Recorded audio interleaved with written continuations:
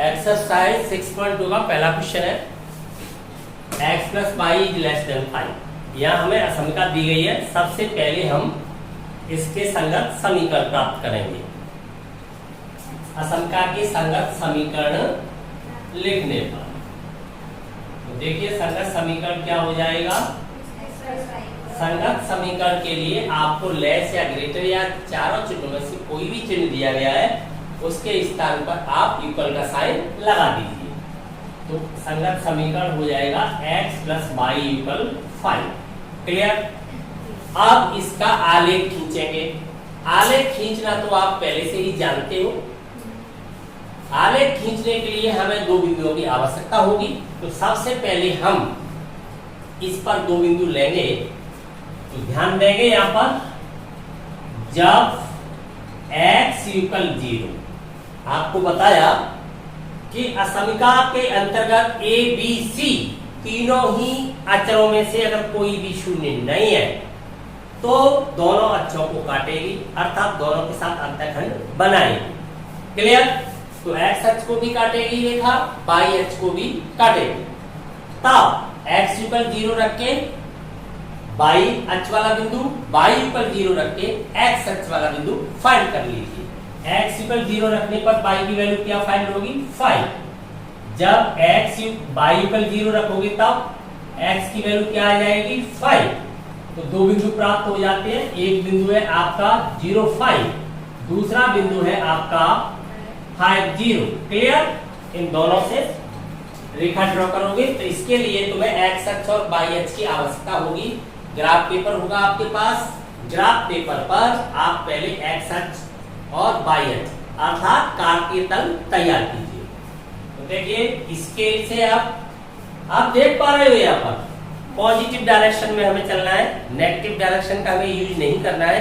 तो हम मान लीजिए यही आपका ग्राफ पेपर है तो इस कोने में खींचिए। क्यों?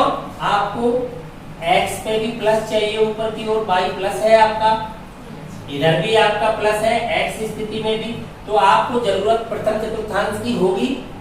अगर आपने इस कोने में जाके ग्राफ को बढ़ा दिया तब इधर वाला भाग वैसे ही खाली पड़ा रहेगा। समझ गए ना। तो सिचुएशन के अनुसार निर्धारण कीजिए। यदि माइनस प्लस की स्थिति समान मिल जाती है तो आप कार्तीय तल मध्य में बनाइए। जैसी आवश्यकता हो ग्राफ पेपर को उसी प्रकार से यूज कीजिए। तो मान लीजिए हम इधर ये मान लेते हैं x अक्ष, y अक्ष और x अक्ष। आपने x अक्ष ले लिया और आपने ये y अक्ष ले लिया। क्लियर। ये आपका y अक्ष, ये आपका x अक्ष। ग्राफ पेपर पर लेना आप पहले से जानते हो। जो गहरी लाइन है उनके साथ ही लें। ये भी आपको पता है जो बड़ा खाना होता है 1 सेंटीमीटर लंबाई का होता है, उसके अंतर्गत छोटे छोटे 10 खाने होते हैं। ग्राफ पेपर का पूरा अध्ययन आपने किया है। ठीक। मेरे पास तो यह ग्राफ पेपर नहीं है, मैं आपको वैसे ही समझाऊंगा। बड़ा खाना मानूंगा। मान लीजिए यहाँ तक है, मुझे मैक्सिमम 5 यूनिट चाहिए। तो 1 2 3 4 5 ऐसे चलता रहेगा। इधर भी पॉजिटिव में समान दूरी पर 1 2 3 4 एंड 5 ऐसे नेगेटिव में चलता रहेगा। अब देखिए मुझे बिंदु 0 5 व्यक्त करना है ग्राफ पेपर। 0 अर्थात x के साथ तो मैं चला ही नहीं, केवल y पर गया 5। x पे 0, y पे 5। बिंदु कहाँ फाइंड होगा मुझे? यहाँ। ये बिंदु हुआ। मैं इस प्रकार से व्यक्त कर देता हूं जिससे आपको दिख जाए। बिंदु तो ये है जो मैंने वृत्त के अंतर्गत लिया है। क्लियर। तो इस बिंदु के निर्देशांक आपके क्या फाइंड हुए हैं 0 5। y अक्ष पर स्थित है। दूसरा बिंदु 5 0 ये होगा x अक्ष पर। ये वाला बिंदु है, मैं इस प्रकार से निर्दिष्ट कर देता हूं। तो इसके निर्देशांक आपके क्या है 5 0। क्लियर। अब आपको रेखा खींचनी है। आपके पास स्केल होगा, मेरे पास तो कोई स्केल नहीं है।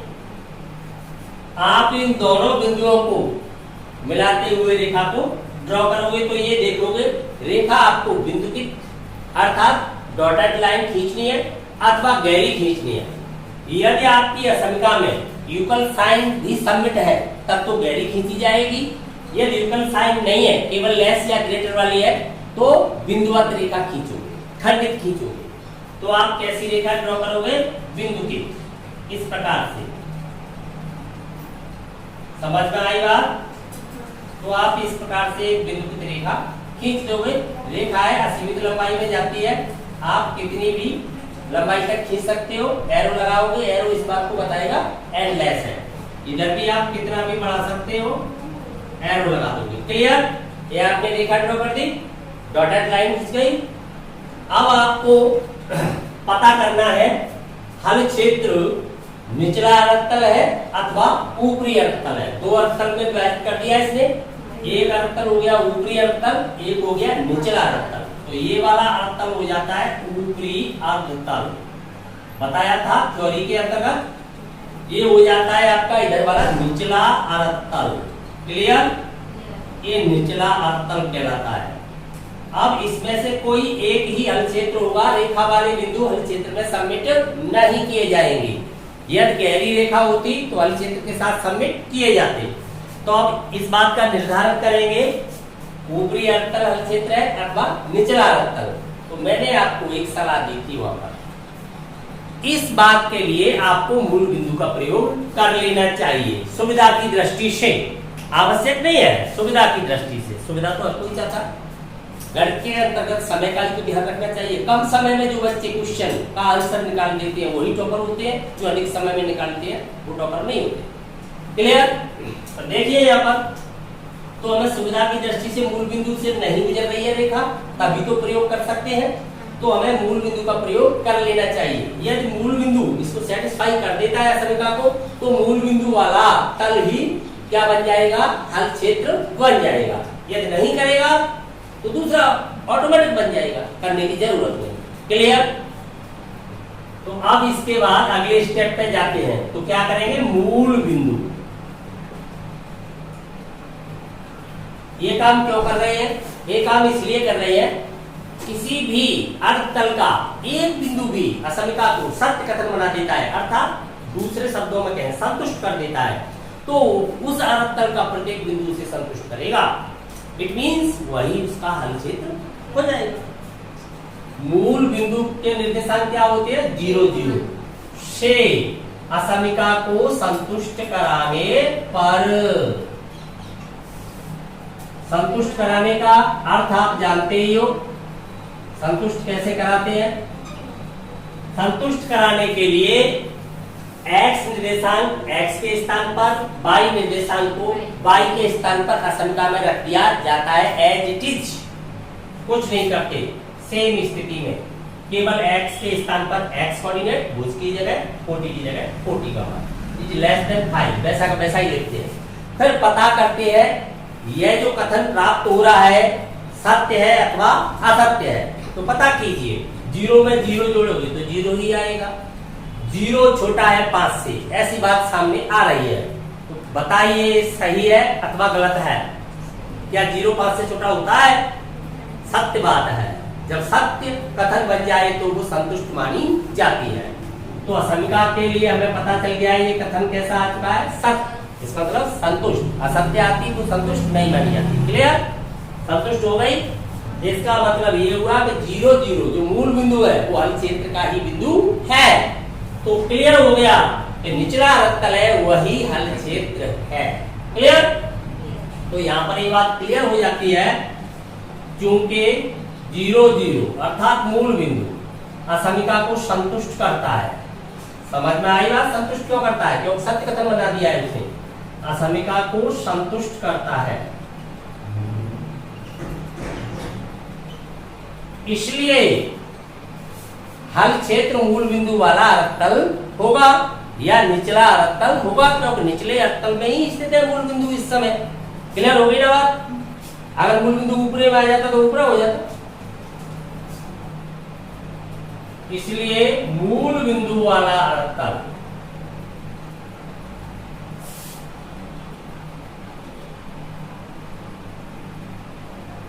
हल क्षेत्र होगा। सॉल्यूशन रीजन हो गया। क्लियर? अब इस बात को हम कैसे व्यक्त करें? तो आरेख पर हम इस प्रकार से एरो लगाएंगे हल क्षेत्र की दिशा में। क्लियर? 2-3 जगह लगा देंगे, पता चल जाएगा हमें कि हल क्षेत्र की दिशा इधर है। हम ऐसा नहीं करेंगे जैसा कि किताब के अंतर्गत किया गया है, बुक के अंतर्गत ऐसे बिंदु बिंदु बिंदु बिंदु बिंदु कर दिए गए हैं, तो वो मशीन से किए जा सकते हैं। अगर आपको मैं ये सलाह दे दूं कि आप भी ऐसा ही करना है एग्जाम के अंतर्गत, तब क्या करोगे? आप पेंसिल ले जाओगे, ऐसे पकड़ लेगा कोई बच्चा पेंसिल को, पेंसिल की नोक टूट जाए, कॉपी फट जाए, तो हमें तो केवल निर्धारण ही तो करना है हर चित्र का। तो ये डायरेक्शन दे दी गई है, इससे पता चल रहा है इधर वाला है असीमित लंबाई में है, चलता रहेगा। जितने भी ये आपकी रेखा भी असीमित है, तल भी असीमित है, समझ रहे हो? ये तो केवल एक प्रारूप है। तो रेखा के इधर जो भी बिंदु आते रहेंगे सब इसे संतुष्ट करते रहेंगे। रेखा पर स्थित होंगे वो संतुष्ट नहीं करेंगे, रेखा से उधर होंगे वो भी संतुष्ट नहीं करेंगे। गहरी होती तो संतुष्ट करते, समझ गए ना? तो केवल यही अर्थकल इसका हल क्षेत्र है, अर्थात इसका कोई भी बिंदु आप लोगे तो वो आवश्यक रूप से इसे संतुष्ट करेगा, सत्य बना देगा। इसके अलावा कोई भी बिंदु लोगे वो इसे संतुष्ट करेगा नहीं। क्लियर? समझ में आ गया? यही काम तो करना था, पूरा काम हो गया। हल क्षेत्र का ही तो निर्धारण करना था। ये समीकरण हमने किसका खींचा है? यहाँ पर x + y = 5, ये जो हमने रेखा खींची है इस समीकरण के द्वारा ड्रॉ की है। असमीकरण के द्वारा रेखा नहीं खींची जा सकती है, इसलिए हमें संगत समीकरण की आवश्यकता होती है। समझ में आ गई बात? पूरा सिस्टम ठीक।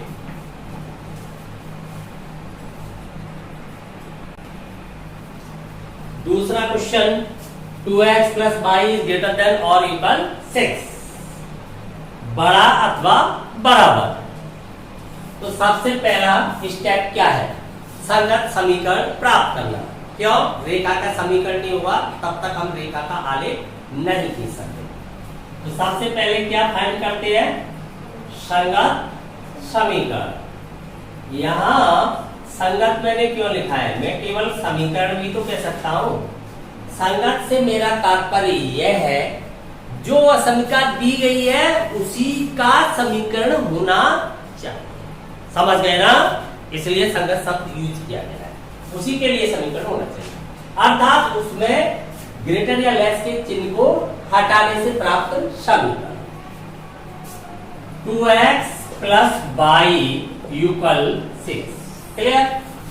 अब बिंदु प्राप्त करोगे तो रेखा किस रूप की है, किस फॉर्म की है? यदि वो समांतर वाली है तब सीधा खींच लेते हो आप, मूल बिंदु से जा रही है, अथवा मूल बिंदु से नहीं जा रही है, समांतर भी नहीं है, तो यहाँ पर ABC में से कोई भी 0 नहीं है, तो 2 अंतःखंड काटेगी रेखा, या तो कोई अंतःखंड नहीं काटती, मूल बिंदु से जाती है तो समांतर होती है किसी अक्ष की तो एक अंतःखंड बनाती है। जब मूल बिंदु से भी नहीं जाती, समांतर भी नहीं होती किसी अक्ष के, तब 2 अंतःखंड काटती है। समझ गए ना? कोई भी रेखा एक भी अंतःखंड नहीं काटे, एक अंतःखंड काटे या 2 अंतःखंड काटे, एक भी अंतःखंड नहीं काटती तो मूल बिंदु से जाएगी, एक अंतःखंड काटेगी तो समांतर होगी किसी अक्ष के, जब 2 अंतःखंड बनाएगी तो ऊर्ध्वोत्तर रेखा जाएगी, 2 अंतःखंड बनाएगी, तब उसमें ABC में से एक भी 0 नहीं होगा, दोनों अक्षों को काटेगी। तो देखिए x = 0 डालोगे तो y अक्ष पर बिंदु आएगा, y अक्ष को कहां पर काट रही है, किस बिंदु पर प्रतिच्छेद कर रही है, y पर 0 लगा होगा तो x के प्रतिच्छेदक का बिंदु फाइंड हो जाएगा। तो यहाँ पर सबसे पहले आप क्या करोगे? जब x = 0 आपने लगा दिया तब y = क्या आएगा बताइए? 0 आप लगा दोगे, ये स्टेप फिनिश हो जाएगा, तो y = 6 फाइंड होगा। जब आपने y = 0 लगा दिया तब x = क्या फाइंड होगा? ये 0 हो जाएगा, 2 से डिवाइड होके 3 फाइंड हो जाएगा कि नहीं हो जाएगा? तो आपका एक बिंदु तो रेखा पर आ गया है 0, 6, दूसरा बिंदु रेखा पर आपने ले लिया है 3, 0। x कोऑर्डिनेट हमेशा पहले लिखा जाता है प्रथम स्थान पर। क्लियर होगी बात? कोई शक? 2 से डिवाइड होके 3 हो जाएगा। अब ये दोनों बिंदु ग्राफ पेपर पर लेंगे। ग्राफ पेपर पर बिंदु तभी लिए जा सकते हैं जब हमारे पास कार्तीय तल होगा। कार्तीय तल के लिए हमें 2 अक्षों की आवश्यकता होगी, 2D के अंतर्गत है, द्विविमीय निर्देशांक ज्यामिति के अंतर्गत है। समझ गए ना? तो एक एक्स अक्ष एक वाई अक्ष की आवश्यकता होगी। तो सबसे पहले बिंदुओं की स्थिति देख लें, उसी के अनुसार हम तय करेंगे ग्राफ पेपर पर कहां पर हमें काट तल तैयार करना चाहिए। माइनस की हमें जरूरत पड़ नहीं रही है, तो हमें ये भाग खाली छोड़ देना चाहिए, फर्स्ट क्वाड्रेंट में काम हो जाएगा। तो देखिए, ये आपने वाई अक्ष ड्रॉ किया, ये आपने एक्स अक्ष ड्रॉ किया। ये तो आप जानते ही हो, ग्राफ पेपर पर लेना कक्षा 8 में सीख लिया है, बिंदु लेना भी सीख लिया है। बिंदु कौन सा कहां पर होता है, मूल बिंदु से चलना शुरू करोगे 1 सेंटीमीटर। ये बात जरूर है, इससे पहले वाले क्वेश्चन में हम पैमाना नहीं लिख पाए, स्केल नहीं लिख पाए हैं। स्केल अवश्य लिखा जाता है, लिख लेना आप, स्केल अवश्य लिखा जाता है। आप क्या पैमाना ले रहे हो? कभी कभी ऐसा होता है आपके बिंदु बहुत बड़े आ जाते हैं, इतने खाने ग्राफ पेपर में नहीं होते हैं, तब क्या करते हैं, एक ही खाने में अधिक संख्याओं को भर देते हैं। पैमाना हम क्या है, बढ़ा के ले लेते हैं। 1 सेंटीमीटर का होता है एक बड़ा खाना, 1 सेंटीमीटर के अंतर्गत 10 इकाई ले लेते हैं, 15 इकाई ले लेते हैं, 20 इकाई जैसी आवश्यकता होती है। लेकिन या तो हम 1 सेंटीमीटर के अंतर्गत 1 इकाई से ही काम चला लेंगे, समझ गए ना, 6 तक जाएंगे। तो यहाँ पैमाना पहले ही लिख दिया करो, बाद में ध्यान नहीं रहता है, भूल जाते हैं, नहीं रहता है ध्यान, इसलिए पहले ही लिख दो स्केल को। 1 सेंटीमीटर कहते हैं किसको, एक बड़े खाने की लंबाई को। 1 सेंटीमीटर युगल 1 यूनिट लिया है, हिंदी में लिखोगे तो सेंटीमीटर जी इकाई है, जो भी इकाई होगी। क्लियर होगी बात, ठीक है। इस पे मैं तो वैसे ही व्यक्त कर लेता हूं, मेरे पास तो ग्राफ पेपर है नहीं, आपके पास तो होगा। 3 4 कहां तक जाना है मुझे, एक्स अक्ष पर 3 तक ही जाना है, मेरा काम हो जाएगा। वाई अक्ष पर मुझे 6 तक जाना पड़ेगा। 1 2 3 4 5 6, वहां तो मिलेगा ग्राफ पेपर पर पूरा सिस्टम, तुम्हारा टेंशन ही नहीं है। अब देखिए, बिंदु ले रहे हैं हम 3 0, कहां पर होगा, यही होगा ना 3 0। तो ये बिंदु है आपका 3 0, इसके निर्देशांक है आपके 3 0। क्लियर, नाम रख सकते हो, लेकिन बिंदु का नाम कैपिटल लेटर से रखते हो, जैसे इसका नाम ए रख दिया, उसका नाम बी रख दिया, रेखा ए बी कहलाएगी। नहीं रखोगे तो कोई दिक्कत नहीं है, रख दोगे तो भी अच्छी बात है। जैसे आपने इसका नाम ए रख दिया तो रख दिया ए, इसका नाम आपने बी रख दिया, यही बिंदु तो होगा। आपने बी नाम रख दिया तो पहले लिखा जाता है। जब भी नाम लिखते हैं बिंदु का तो ये ध्यान रखते हैं कि आपने ऐसे एक बिंदु लिया 3 0 और नाम लिख दिया इधर, तो ये गलत है।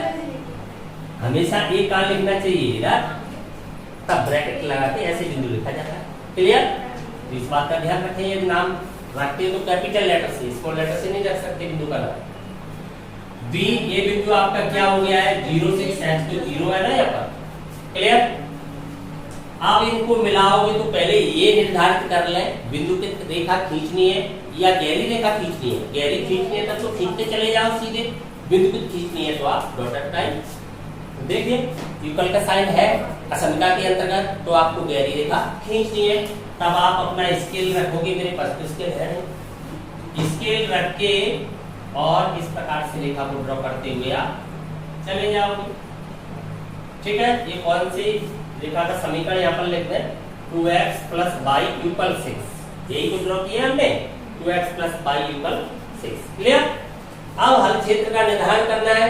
तो रेखा ने कितने भागों में बांट दिया है संपूर्ण अर्थतल को, 3 में,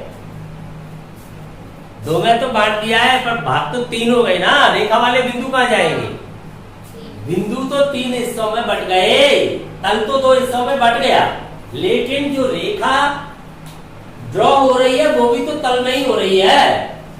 वो कहां हो रही है, आप खेत को बांट रहे हो, 2 भाइयों में खेत बांट रहे हो, आपने खेत में मैट डाल रखी है, तो बताओ वो मैट कहां से आई, क्या वो खेत का हिस्सा नहीं है, वो खेत का हिस्सा नहीं है, वो भी तो खेत का हिस्सा है। आपने घर को बांटने के लिए दीवार लगा दी, दीवार भी तो उसी जमीन पर लगाई गई है। तो यहाँ पर आप देखिए, आपने रेखा भी तो तल में की है, तो रेखा पर भी तो बिंदु होंगे, असंख्य बिंदुओं का संग्रह ही तो रेखा होती है, चौड़ाई है लंबाई में असंख्य बिंदुओं का संग्रह। तब रेखा वाले बिंदु भी कहीं सम्मिलित होंगे। तो इस स्थिति में क्या होता है, गहरी रेखा खींची जाती है तब रेखा वाले बिंदु हल क्षेत्र के अंतर्गत ही सम्मिलित माने जाते हैं। हल क्षेत्र का पता तो ठीक वैसे ही लगाएंगे। मूल बिंदु से रेखा नहीं गुजरती है तो मूल बिंदु को सुविधा की दृष्टि से प्रयोग में लेना चाहिए, इसी का उपयोग करेंगे। देखो मूल बिंदु से असमिका को संतुष्ट कराने पर, संतुष्ट कराइए। संतुष्ट कैसे कराते हैं, x के स्थान पर असमिका में क्या रखेंगे 0, y के स्थान पर 0 इज ग्रेटर देन और इक्वल 6। टोटल हमने देखा 0 0 टोटल क्या हो गया, 0 बड़ा है 6 से अथवा बराबर है। बात सत्य है या असत्य है, 0 6 के बराबर होता है, नहीं होता। तो फिर बड़ा होता है, नहीं होता। जब दोनों ही बात यहाँ पर असत्य हो जाए तभी असत्य कहा जा सकता है। कम से कम एक भी सत्य हो गई ना तो सत्य माना जाता है, दोनों ही असत्य हो जाए तभी असत्य माना जाता है। असत्य हो गया तो ये कथन कैसा प्राप्त हुआ, हमें असत्य कथन बना दिया इसने। इसका मतलब मूल बिंदु वाला अर्थतल इसका हल क्षेत्र नहीं हो सकता, अर्थात मूल बिंदु हल क्षेत्र में सम्मिलित नहीं है। तब हमें द्वितीय अर्थतल है जो दूसरा वाला है उसका बिंदु संतुष्ट कराने की आवश्यकता नहीं है, अनिवार्यता है हल क्षेत्र हो जाएगा, उसके बिंदु संतुष्ट करेंगे। दिशा किधर लगा दे हल क्षेत्र की, इधर, ये हो गया हल क्षेत्र क्लियर। दूसरी ओर हो गया मूल बिंदु के, जिसके अंतर्गत रेखा पर स्थित बिंदु भी सम्मिलित है। तो लिखिए यहाँ पर, क्योंकि मूल बिंदु संतुष्ट नहीं करता है, मूल बिंदु असमिका को संतुष्ट नहीं करता,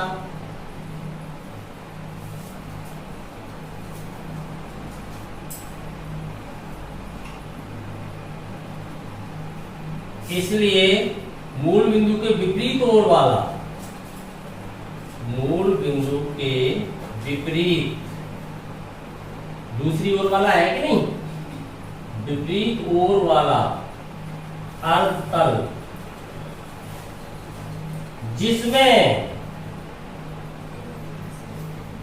अर्थतल होगा कि नहीं, हल क्षेत्र, हल क्षेत्र होगा जिसमें रेखा पर स्थित बिंदु भी सम्मिलित होंगे, रेखा पर स्थित बिंदु भी सम्मिलित होंगे, क्योंकि रेखा इक्वल साइन वाली है। क्लियर, समझ में आ गई पूरी बात। ये हो गया आपका हल। शेष क्वेश्चन अगली क्लास में कराए जाएंगे।